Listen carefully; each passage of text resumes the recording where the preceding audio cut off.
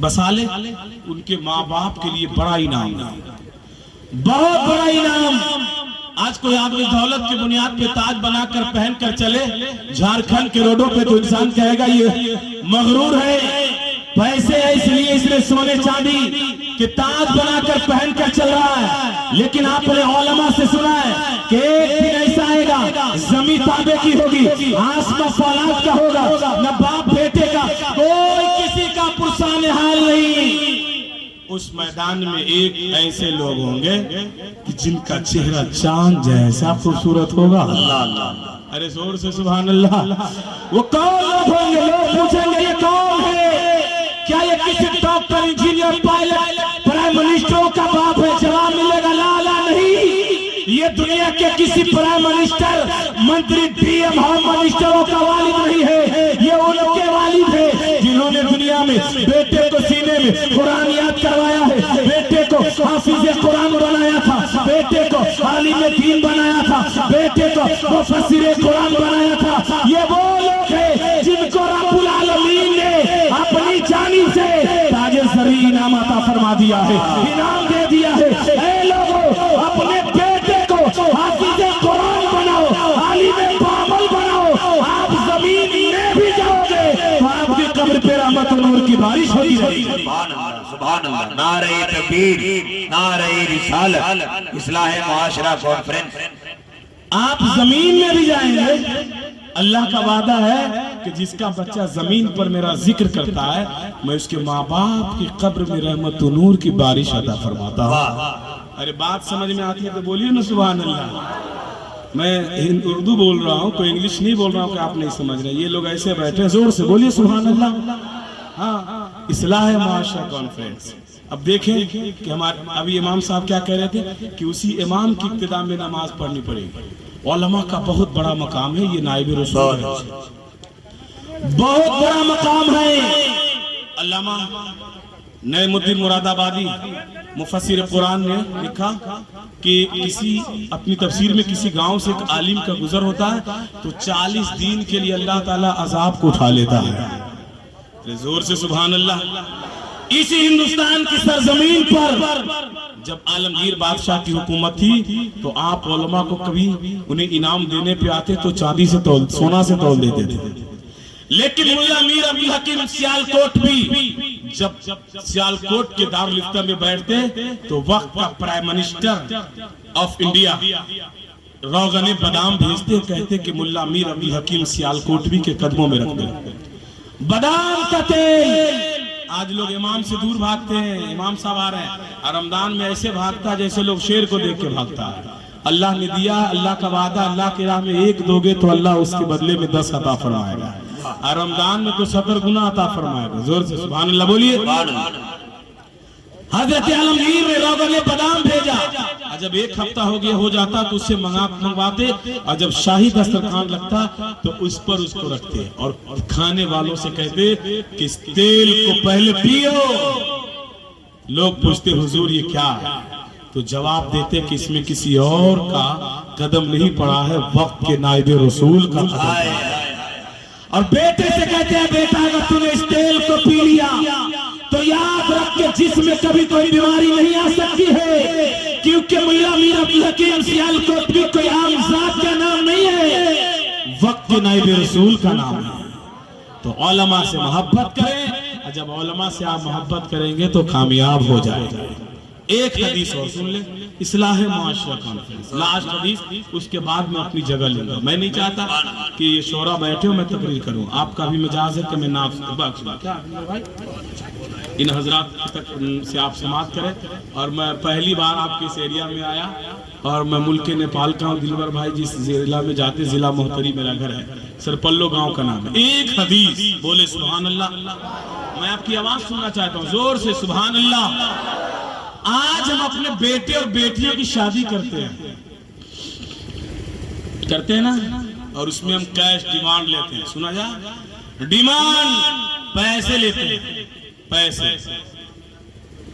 پیسے ڈیمانڈ، جہیز جس کو کہتے ہیں لیتے ہیں۔ حضرت نقیب صاحب سنا جائے، حضرت لاسٹ حدیث، ہم جہیز کے جانب بڑھتے جا رہے ہیں، لیکن ہمارے یہاں جلسہ اصلاح معاشرہ کانفرنس بھی ہے۔ اور ہم جہیز کی جانب رواں دواں بیٹے کو ہم ایسے بیچتے ہیں جیسے بکریوں کے بازار میں ہم بکریوں کے بیچتے ہوئے نظر آتے ہیں، جانوروں کے بازار میں ہم جانوروں کو بیچتے ہوئے نظر آتے ہیں۔ لیکن آؤ ذرا صحابہ کی زندگی کو سامنے رکھتے ہیں، کیا صحابہ نے بھی لیا؟ نبی پاک صلی اللہ تعالیٰ علیہ وسلم کی بارگاہ میں صحابہ آتے اور عرض کرتے یا رسول اللہ مجھے نکاح کی ضرورت ہے، اور مصطفیٰ جان رحمت اس کے استطاعت کے مطابق نکاح کرا دیتے ہیں۔ میرے زور سے بخاری شریف جلد ثانی کتاب النکاح میں بے شمار حدیث پاک ہے، لیکن ایک حدیث پڑھوں گا۔ حضرت ربیعہ اسلمی ہے، غریبی کا دور دورہ ہے، غریبی کا دور دورہ ہے۔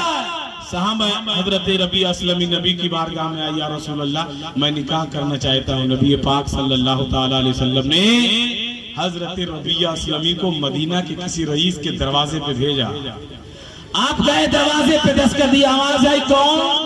کہا میں ربیعہ اسلمی کا بات کیا؟ کہا میں شادی کا پیغام لے کر آیا آپ کی بیٹی سے۔ تو خوش ہو گئے کہ نبی نے پیغام بھیجا ہے میری بیٹی ام المؤمنین بن جائے گی۔ لیکن پوچھا کہ کون ہے، کس کے لیے؟ کہا کہ مجھے سرکار نے بھیجا، میں اپنے لیے آیا ہوں۔ تو بیٹی کا باپ سوچنے لگا کہ میں امیر ہوں، ہر دور میں امیری اور غریبی کا نشہ چڑھا رہتا ہے، جو امیر ہوتا غریب کو کچھ سمجھتا نہیں۔ لیکن سنو اسلام میں اعلیٰ حضرت نے کیا کہا؟ ایک ہی صف میں کھڑے ہو گئے محمود و عیاض، نہ رہا کوئی بندہ نہ کوئی بندہ نواز، ہم سب برابر ہیں۔ رب کی بارگاہ میں سب سے بہتر وہ ہے جو زیادہ متقی، جو زیادہ تقوی شعار ہے، جو زیادہ تلاوت گزار ہے۔ لیکن حضرت ربیعہ اسلمی نے کیا کہا؟ آیا نہیں ہو، مصطفیٰ جان رحمت نے بھیج دیا ہے، بیٹی کا باپ ہے، گھر کے اندر گئے ہیں۔ لیکن وہ بیٹی آج کی بیٹیوں کی طرح نہیں تھی، جس کے آقا سوشل میڈیا پہ کبھی فیس بک پہ ہو، کبھی میسنجر پہ ہو، کبھی ایمو پہ ہو، کبھی ٹویٹر پہ گزرتا ہو۔ وہ بیٹی قرآن کریم کی تلاوت کر رہی تھی، اپنے باپ سے کہتی ہے اے میرے باپ ہم نے سب کچھ سن لیا ہے، آپ یہ نہ دیکھیں آنے والا غریب ہے، آپ یہ دیکھ لیں کہ بھیجنے والا گنبد خضرا کے مکی ہے۔ اے میرے باپ کل جب رب تبارک و تعالی میدان محشر برپا کرے گا، میری بہت سی سہیلیاں ہوگی، میں اس میدان محشر میں سب کہے گی میرے رشتہ کو حضرت صدیق اکبر نے لگایا ہے، کوئی کہے گی فاروق اعظم نے لگایا ہے، کوئی کہے گی حضرت عثمان غنی نے لگایا ہے۔ اے میرے باپ اس میدان محشر میں میں کہہ دوں گی کہ میرے رشتہ کو رسول اعظم نے لگایا ہے۔ صحابہ کا یہ ایمان اور عقیدہ تھا، کوئی دے یا نہ دے میرے رسول مجھے ضرور دے دیں گے۔ جب انہی حدیث پاک پہ بریلی کے امام کی نظر پڑتی ہے تو میرے اعلیٰ حضرت یوں بولتے کون دیتا ہے، دینے کو منہ چاہیے، دینے والا ہے سچا ہمارا نبی۔ جب میرے پیر تاج الشریعہ جب شعر و شاعری کی دنیا میں بولتے ہیں تو یوں بولتے ہیں ارے جہاں بانی عطا کر دے، بڑی جنت ہبا کر دے، نبی مختار کل ہے جسے جو چاہے عطا کر دے۔ اب میں چاہتا ہوں کہ انہی چند جملوں کے ساتھ میں اپنی جگہ لے لوں۔ آج آپ کے جلسے میں پیر طریقت، رہبر راہ شریعت، مناظر اہل سنت حضرت علامہ مفتی سید ابرار القادری صاحب قبلہ ممبئی سے تشریف لائے ہیں، ان کی بھی آپ کو خطاب نیاب سماعت کرنی ہے۔ اور آل رسول کا بڑا مقام ہے، کیونکہ قرآن نے حکم دیا ان سے محبت کرو، اور میرے امام نے تو یوں کہہ دیا تیری نسل پاک میں ہے، بچہ بچہ نور کا تو ہے، عین نور تیرا سب گھرانہ نور کا۔ تو آل رسول کی آمد ہے۔ اور ابھی حجرے میں تھا، ہم نے کہا میرے ساتھ کچھ تبرکات بھی ہے، سرکار کے منہ مبارک اور دیگر تبرکات جو ان کے آباء و اجداد سے نسل بعد نسل ان تک پہنچی ہے، ان کی بھی آپ زیارت کریں، کیونکہ آپ کے گاؤں میں وہ تبرکات لے کر بیٹھے ہیں۔ سبحان اللہ۔